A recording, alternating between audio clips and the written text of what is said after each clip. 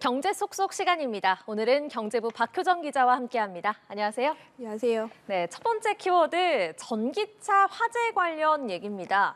배터리 실명제라면 배터리의 이름을 공개한다는 건가요?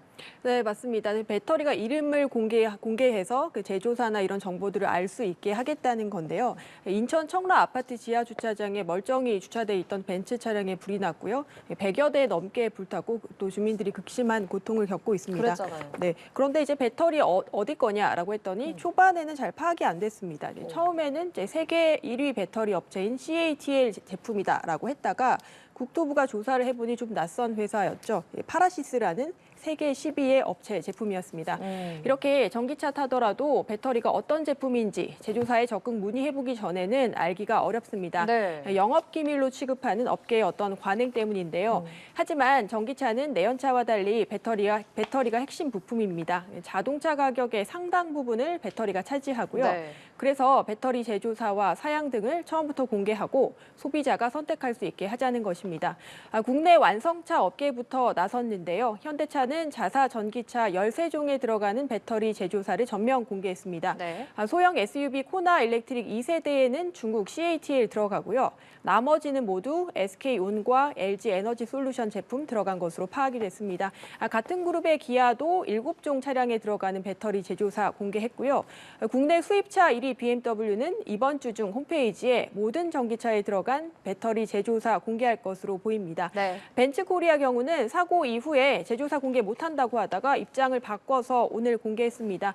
소비자 문의가 잇따르자 입장을 바꾼 것으로 보이는데요.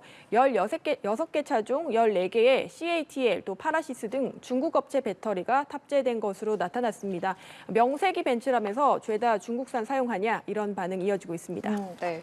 요즘 전기차 화재 때문에 전기차 타시는 분들 많이 불안하실 것 같은데 정부가 종합 대책을 내놓겠다고 했고 어제 회의도 했습니다. 어떤 내용들이 담기게 될까요?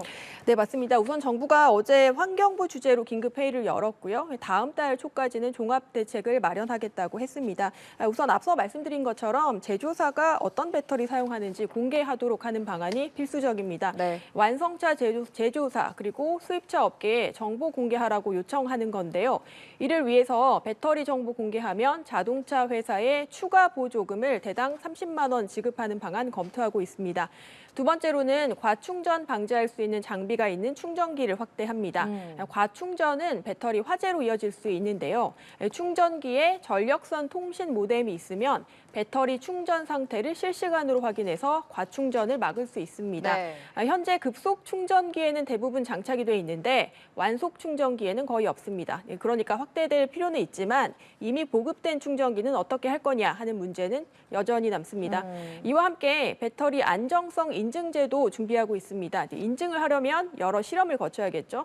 배터리가 열과 압력 변화에 얼마나 버틸 수 있는지 이런 것들을 테스트해서 국토부 장관이 인증한 것만 시장에 유통할 수 있게 하는 겁니다. 네, 올 여름 들어 전기차 화재가 유독 많은 것 같은데요. 그래서 궁금한 게 이렇게 날씨가 더운 거랑 전기차 화재가 어떤 상관이 있는지도 궁금하고요.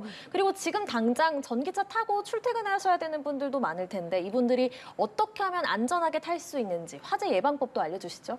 네, 맞습니다. 그 부분은 제가 전기차 전문가에게 물어봤는데요. 이렇게 폭염이 이렇게 이어지는 것과 전기차에 불나는 것이 관계가 있냐라고 했더니 그러니까 정확한 화재 원인은 조사를 해봐야 알겠지만 폭염과 관계가 없다고 말할 수는 절대 없다 이렇게 말했습니다. 왜냐하면 이제 배터리에 들어가는 리튬이 온도 변화에 좀 예민하기 때문인데요. 네. 그래서 이게 전기차를 이용을 하신다면 가능한 그러니까 직사광선에 노출된 곳을 피해서 응달진 곳에 주차하는 게 좋습니다. 네. 지열이 높은 데다가 차량을 주차시켜 놨을 때는 배터리 내부로 열전도가 생기면서 내부 온도가 올라갈 수 있고 또 화학 반응이 일어나면 화재로 이어질 수 있기 때문입니다.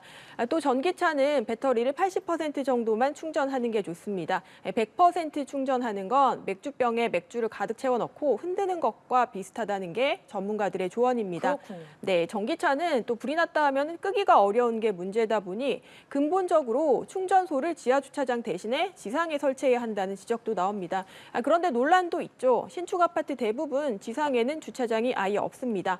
정부 대책 나오기까지는 시간이 걸리기 때문에 그 전에 점검을 한번 받아보시는 보시는 것도 좋은데요. 특히 인천 청라 화재 원인인 벤츠는 내일부터 전국 공식 서비스 센터에서 전기 차량을 무상으로 점검해 주겠다고 밝혔습니다. 네, 무엇보다 안전이 정말 중요한데 확실한 대응책이 좀 나왔으면 좋겠습니다. 다음 키워드 보겠습니다. 똘똘한 한 채, 아파트가 많이 있네요. 부동산 얘기네요. 네, 맞습니다.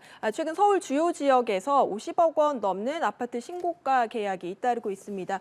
올해 들어서 지난달 7월까지 보시면 서울에서 50억 원 이상의 고가 아파트 거래 건수는 169건을 기록해서 이미 작년 연간 거래 규모를 넘어섰습니다. 주요 사례 보시면요. 성동구 성수동의 아크로 리버파크 전용 198제곱미터, 그러니까 60평 정도 되는 집인데 지난달 145억 원에 거래됐습니다. 네. 또 재건축 추진하는 곳이죠. 강남구 압구정동의 구현대 전용 245제곱미터는 115억 원의 신고가 거래가 이뤄졌습니다. 일반적으로 상상하기 어려운 이런 초고가 주택 거래 늘어난 것은 규제와 관련이 있습니다. 지금 여러 채 가진 다주택자 규제 여전하다 보니 똘똘한 한 채를 선호하는 현상이 짙어졌다는 건데요. 과거에는 자산가들이 고가 단독주택이나 빌라 위주로 선호했는데 최근에는 사고 팔기 편한 고급 아파트 선호하고 있어서 가격이 높아지고 거래도 늘어나고 있다는 분석이 나옵니다. 네, 고가 아파트도 그렇지만 전반적으로 서울 아파트 거래량이 크게 늘었다고 하는데 보통 거래량이 늘면은 이게 가격이 올라가는 걸로 그렇게 이어지더라고요. 어떻습니까? 네, 맞습니다. 최근 서울을 중심으로 아파트 거래 늘어나고 있는데요. 아파트 사고 팔고 활발하다는 것은 또 시장이 살아난다는 뜻이고 또 가격 상승으로 이어지기 마련입니다. 지난달 서울 아파트 거래량이 현재까지 신고된 물량만 7천 건에 육박해서 4년 만에 최대치를 기록할 전망입니다.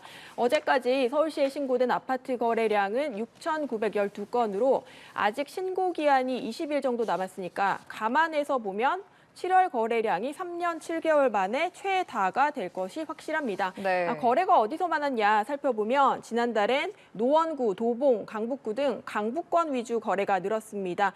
강남을 비롯한 인기 지역에서 시작된 거래 증가가 비강남권으로 확산하고 있는 모양새입니다. 그럼 왜 이렇게 주택 거래 늘어났냐 봤더니 주택담보대출 금리 연 2에서 3%대로 떨어졌고요. 공사비와 분양가 여전히 높아서 주택 공급 우려는 계속 나옵니다. 정부가 다음 달부터 대출 조익이 나설 예정이고요. 그 전에 대출 받으려는 수요 몰리면서 주택 거래량도 늘어났다는 분석입니다. 네, 자 다음 키워드 보겠습니다. 다음 키워드 전철역 이름값인데요. 전철역의 이름에도 가격이 있다. 전철역 이름을 사고 팔 수 있다. 이런 얘기인가 봐요? 네, 맞습니다. 지하철 2호선 성수역이 이르면 올 가을부터는 올리브영 역으로도 불리게 됩니다. 네. 서울교통공사는 재정난을 해소하기 위해서 2016년부터 영명 변기 사업을 진행해 왔는데요. 해당 지하철역 1km 이내에 있는 기업이나 병원 또 기관이 돈을 내고 역 이름에 자기 이름을 함께 적을 수 있도록 하는 겁니다. 출입구나 승강장, 영명판 등에도 이름이 추가가 됩니다. 이번 입찰 결과 보시면요. 서울 지하철 2호선 성수역은 CJ 올리브영이 10억 원에 낙찰받았습니다. 네. 감정평가 금액은 3억 원이 안 됐는데 3배 이상이 10억 원을 써서 최종 낙찰됐습니다. 강남역은 하루플랜트 치과의원이 11억 1,100만 원에 낙찰받았습니다. 역대 최고가를 기록했고요. 재미있는 것은 이 치과의 수석 원장이 록밴드 자우림의 보컬인 김유나 씨의 남편 김영규 씨라는 겁니다. 네. 이 밖에 5호선 여의나루역은 유진투자증권이 2억 2,200만 원 써서 최종 낙찰됐고요. 7호선 상봉역은 한 곳이 단독 입찰을 했는데 어딘지는 아직까지 공개되지 않았습니다. 네, 앞으로는 그러면 지하철 안내 방송이 이번 역은 성수, CJ 올리브영입니다. 이렇게 맞습니다. 되는 건가요? 네. 지하철 방송도 아마 그렇게 하는 것이 이제 돈을 주고 산 거니까 상식적이지 않나 이렇게 생각이 네, 되네요. 알겠습니다. 자, 마지막 키워드 보겠습니다. 마지막 키워드는 욜로 가고 요노인데 욜로는 알고 있는데 요노는 어떤 뜻입니까? 네, 요노는 무슨 뜻이냐면요. You need only one. 그러니까 너가 필요한 건 단 한 가지다. 그러니까 꼭 필요한 것에만 돈을 써라. 이런 뜻입니다. 욜로가 인생은 한 번뿐이라며 오마카세 먹고 또 이렇게 명품 사는 젊은 층을 일컬었었죠. 요노는 그 반대 개념입니다. 고물가에 고금리 이어지면서 이제 꼭 필요한 것만 구매하고 쓸데없는 데 지출하지 않겠다는 청년들이 늘어나고 있습니다. 한 신문사가 농협은행과 함께 고객 3,200만 명 결제 내역 분석한 결과인데요. 올 상반기 2030 세대의 수입차 구매 건수는 작년보다 11% 줄었고 중고차 소비는 29%나 늘었습니다. 2030 세대 제외한 다른 연령대는 수입차 소비 3% 줄어드는 데 불과했고요. 중고차 소비는 거의 비슷한 것과 대조됩니다. 네. 그러니까 어떤 음식 먹는지에 따라서도 달라진 이 소비 패턴 확인이 됩니다. 상반기 2030 세대의 외식 소비 건수는 전년에 비해서 9% 감소했고 대신 집에서 간단히 먹을 수 있는 간편식 소비 늘었습니다. 네. 커피만 놓고 봐도요. 스타벅스나 투썸플레이스 같은 고가 커피 13% 줄었지만 메가커피나 백다방 같은 저렴한 커피 소비는 12% 늘었습니다. 이런 패턴 왜 바뀌었냐 하면 가장 큰 이유는 고물가와 고금리 여파로 주머니 사정이 빠듯해져서입니다.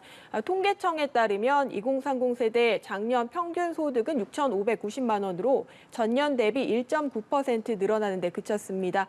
지난해 소비자 물가 상승률의 절반 정도밖에 안 되죠. 여기에다가 금리 높아지면서 이자 부담도 청년들에게 가중됐고요. 그래서 결국은 지갑을 닫게 됐다. 이런 분석이 나옵니다. 네, 알겠습니다. 오늘 말씀 여기까지 듣겠습니다. 지금까지 경제 쏙쏙 경제부 박효정 기자와 함께했습니다. 고맙습니다.